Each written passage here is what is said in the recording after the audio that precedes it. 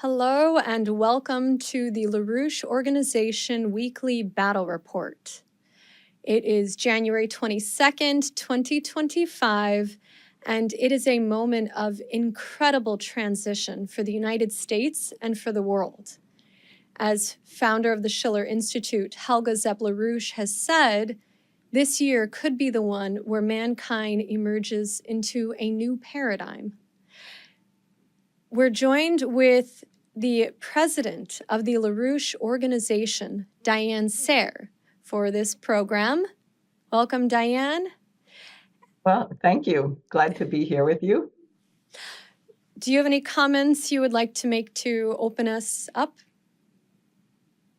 Well, I think you said it. It's a period of transition. We have a new president. He's been in office for 2 days now and already has signed hundreds of executive orders, some very good, like stripping the intelligence credentials from a bunch of nasty characters, including John Bolton, one of my least favorites.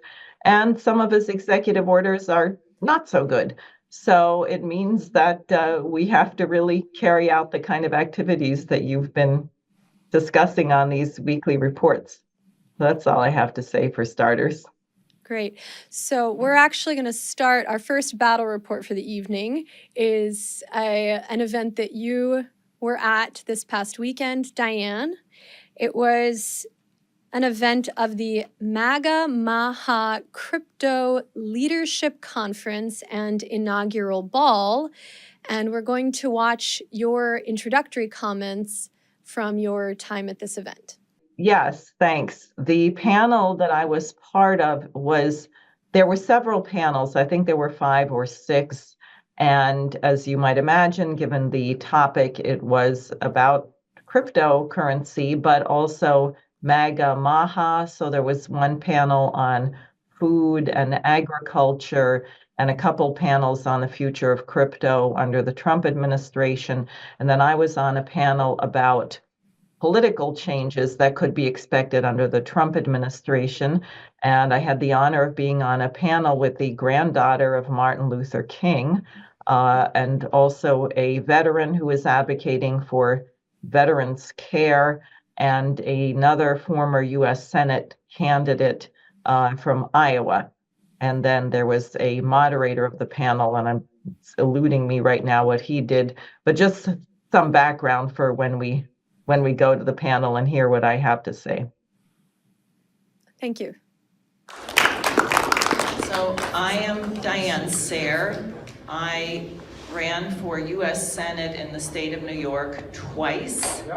I have the unfortunate distinction of being the only independent candidate to get on the ballot in New York in 2 elections, 2022 and 2024, as the LaRouche Party.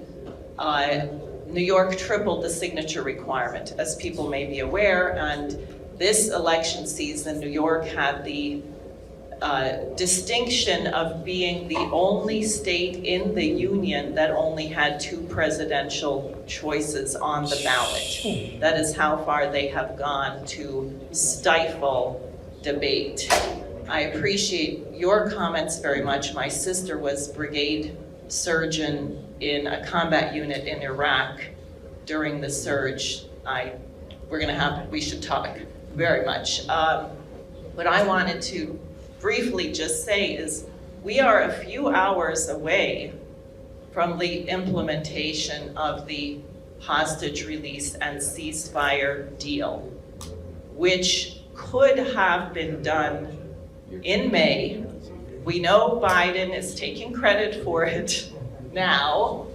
It is not Biden who got this done. And we have a world, I think, General Douglas MacArthur was correct when he spoke on the battleship USS Missouri at the end of World War II, when Japan surrendered after 2 nuclear bombs were unnecessarily dropped on Hiroshima and Nagasaki. And he said that since mankind can now annihilate itself, we better come up with some way of resolving disputes that does not lead to self-annihilation. I think that's correct. How do we get there? Now, we, after the Berlin Wall collapsed, said we are the global hegemon. How do we enforce? We do it by force. We have 1,000 military bases around the world, and if we want your government to change, we will starve you to death. We will sanction you. We will bomb you. Guess what? The human spirit resists that. So what have we earned for our hegemony? Well, Russia just launched the Orezhnik missile. Did people catch that? Travels at Mach 10. Over here, we thought it was impossible. Nobody on the planet has an anti-missile system that can stop the Orezhnik. And we won't for a decade. China is going to bring back samples from the surface of Mars 4 years before we are going to do it. So while we were running around being the global hegemon through force, other people have recognized that the power of humanity is in our mind. It is in our spirit. And I think that perhaps the greatest driver, because you have a very interesting team in the incoming Trump administration, is a plan to establish a manned colony on Mars. I mean that in all seriousness. We're talking here about crypto. Where would crypto be if we hadn't gone to the moon? Would we have computers? Would we have cell phones? Would we have Velcro? What happens if we say we have to figure out how to create an atmosphere on Mars? If we have to figure out how to grow food on Mars? Is there any environmental problem that we could not then fix on Earth? The state of New York has 157 companies that are feeders to NASA. Had 2020 not been peculiarly resulted in the Biden administration, we were going to put the first woman on the moon in 2024. People might remember Project Artemis. That's now delayed. I think we have to get that back on track.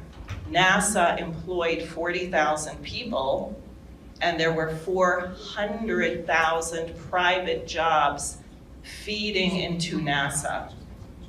So imagine the boon to the US economy, to the collaboration of human beings to get there. So I am saying that for us to have a new era of prosperity, we have to think big, we have to think bold, and I want to echo the minister. I was thinking the same African proverb, which is to get there fast, go alone, to go far, go together. And I think we have the potential to do that, but we are going to have to fight for it, because there are a lot of people who feel that human creativity is a grave threat, and they will be opposing the potential.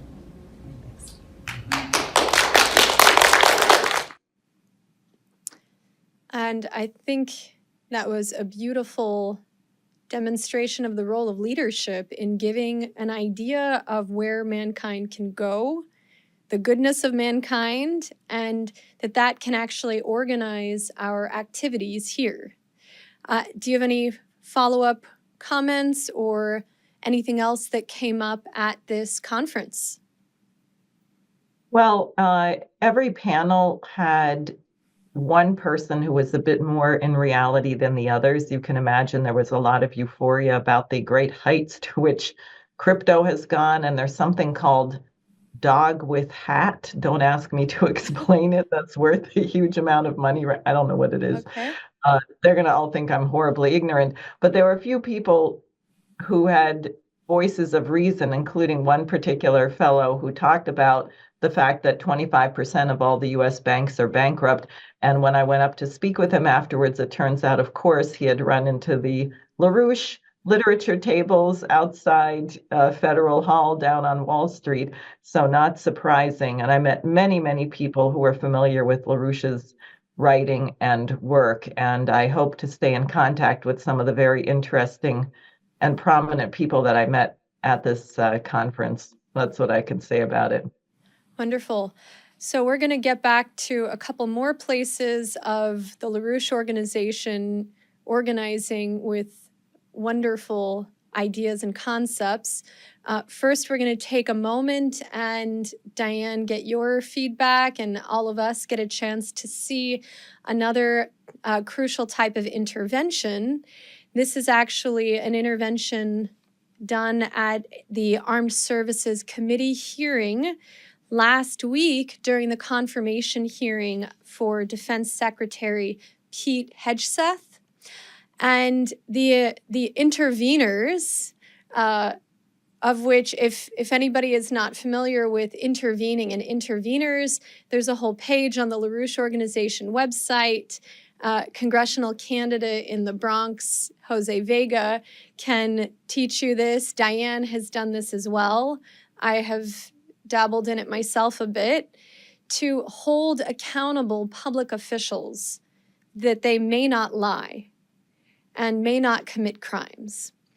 So this intervention that we're going to watch right now, 2 Army veterans, including Josephine Guilbeault, who works with the Eisenhower Media Network and has appeared on the Schiller Institute's International Peace Coalition, which occurs every Friday morning at 11 a.m. Eastern, and you're more than welcome to tune in to those, get on those as well.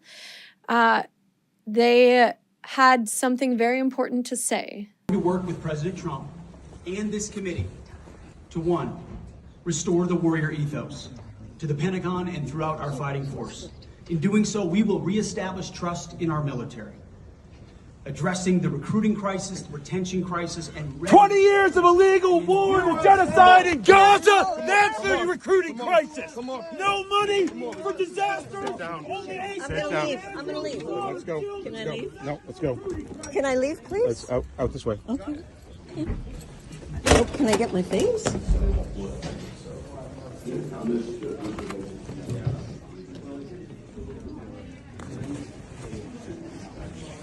Hey, Ty? the troops have no better commander-in-chief than Donald Trump. As I've said to many of you in private meetings, when President Trump chose me for this position, the primary charge he gave me was to bring the warrior culture back to the Department of Defense. He, like me, wants a Pentagon laser-focused on lethality, meritocracy, warfighting, accountability. Hey, corrupt senators, when are you going to stop bombing babies in Gaza? Veterans are committing suicide and are homeless. My father, a veteran, committed suicide, and you're spending money to bomb babies. Yeah, sit down. I'm leaving, man. Stop, I'll take him. What was very gripping to me was they were calling out the senators, the entire policy, 20 years more, of wars and the consequences that has had on the American people. Diane, I do would you have just, any? Yes.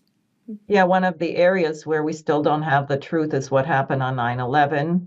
I think the question cui bono hasn't been asked. And since the Iraq War, which began a couple years after that in 2003, based on a lie, weapons of mass destruction, what Josephine Guilbeault was referring to, and she herself is a veteran, I think the others are all veterans, and we're abusing our veterans. We're sending them in to commit crimes against humanity, to participate in wars of aggression, to torture people, etc. And we have now 22 soldier suicides per day in the United States, which is something that came up also on the panel that I was on. And I think it's important and courageous that they spoke up as they did. And someone has to hold members of the Senate accountable. And we know that's very hard to do since we have a censorship dictatorship So I was glad to see that. Okay, so let's move on to some very delightful organizing activities of the International LaRouche movement. We'll begin with some organizing that was done last week in Queens. Okay, this is Art Murphy with the LaRouche organization in Queens today.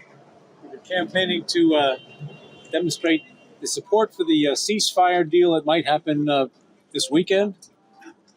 We also are organizing around the solution concept, which is to get this new economic development policy worldwide. Billions of jobs, no refugees, no war. The idea is we've gotten a lot of people who are very interested in this peace process. They're sick and tired of the killing going on. But more importantly, they've been supporting what LaRouche was saying for years. We've got to go back to a national bank, rebuild the industrial base, give the kids a chance to get economic development, and maybe take a look at some of the signs we have here. Retool the industrial base of the nation for economic projects to benefit the world. We've had a number of people signing up who are from Peru who knew about the Chancay port the Chinese are building. We've had people from North Asia, that is to say Nepal and India, South Asia, I should say. We want to get this economic development policy in peace. We've had people who have been following LaRouche for years, signing up. Make sure we get LaRouche exonerated, clear his name. We've had people who pick up the Liars Bureau report here, exposing the whole deep state apparatus which we're up against. People are willing to call their senators Schumer and Gillibrand to demand that these appointments go through. So that's what we've been doing here today in Queens. This is Art Murphy signing off today. Okay, so the people of Queens walking down their sidewalk last week got to encounter those beautiful signs, 3 billion new jobs by 2050, highlighting the Oasis Plan and the new port in Peru. Retool for peace, that the military-industrial complex can be retooled to build as part of a peaceful developing nation. So let's now look. Oh, and if you would like to get some of the literature to go out yourself to organize, either out on a sidewalk or your friends, your neighbors, please email us at info@laroucheorganization.com. We're going to go now to some deployments that occurred. You saw Art was bundled up. Bit chilly up here, but warmer where our organizers in Mexico City, were organizing last week and this week. So this was last week before the announcement of the ceasefire agreement having been reached, and our organizers, including, this is Fabiola Ramirez, speaking on a bullhorn. Also here.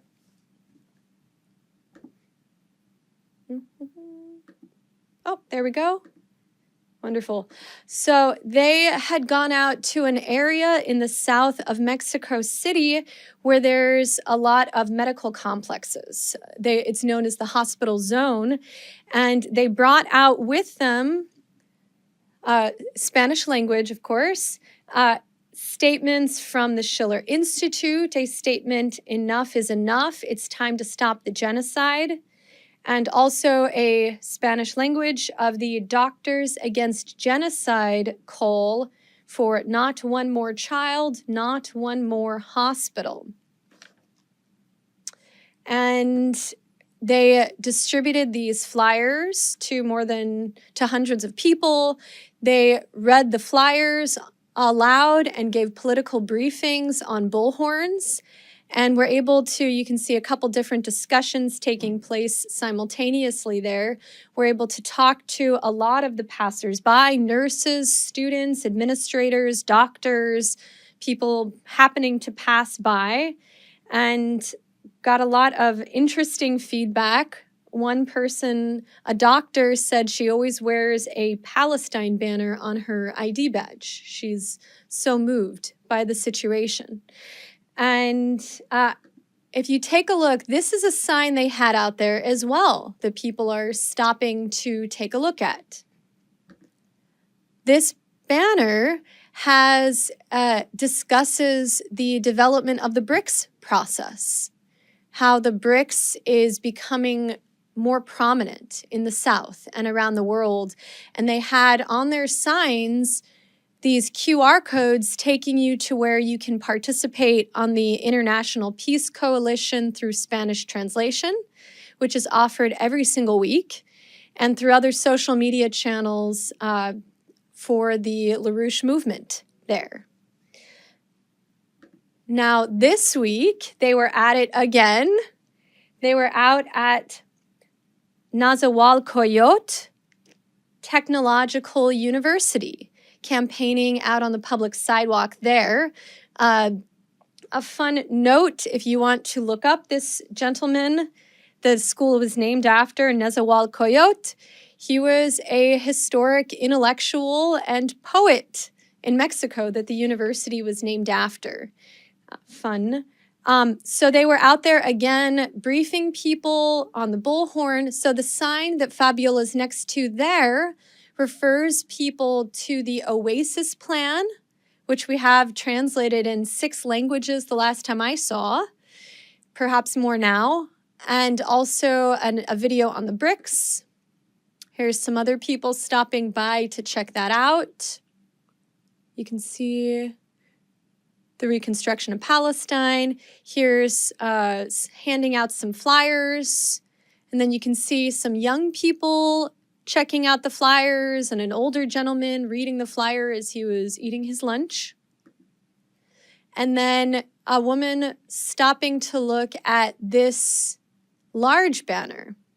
We're going to look at this banner that this woman was able to... Yes, so it's a wonderful banner that looks at different projects for the BRICS around the world, and it highlights water projects, canals, gas, nuclear, trains, fusion power. And that's something that we were working to help people learn about out at this deployment in Mexico. So I think that's what we have for that. Diane, do you have any response to that delightful, warm deployment there? It's great. It just shows we're all over the world. And I want to encourage people, if you are doing things, if you're holding rallies for stopping genocide or supporting the Oasis Plan or stopping World War III anywhere on the planet, please send in your videos and photographs. We'd love to share them with everybody else. We need more activity, obviously. Great. And again, you can contact us through info@laroucheorganization.com.